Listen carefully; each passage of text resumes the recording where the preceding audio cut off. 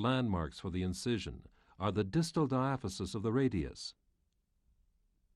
the medial and lateral styloid processes, the antebrachial carpal joint, the radial carpal bone, and the third metacarpal bone.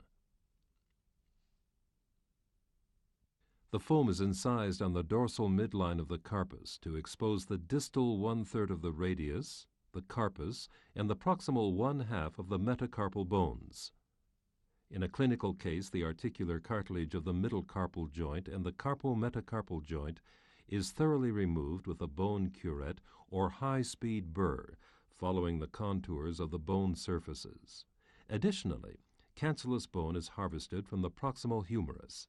The graft may be placed within the prepared joints now or added after the plate is secured. A 2.7/3.5 veterinary T-plate is positioned on the dorsal surface of the radial carpal bone and the third metacarpal bone.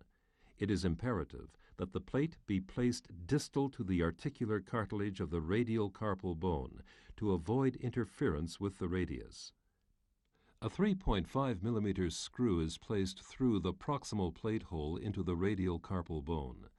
A screw which is slightly shorter than the measured length is selected to avoid interference with palmar soft tissues. The plate position is checked before inserting the second screw. 2.7 millimeter screws may be used if the radial carpal bone is small. The plate is secured to the third metacarpal, starting with the most distal plate hole. The remaining plate holes are filled.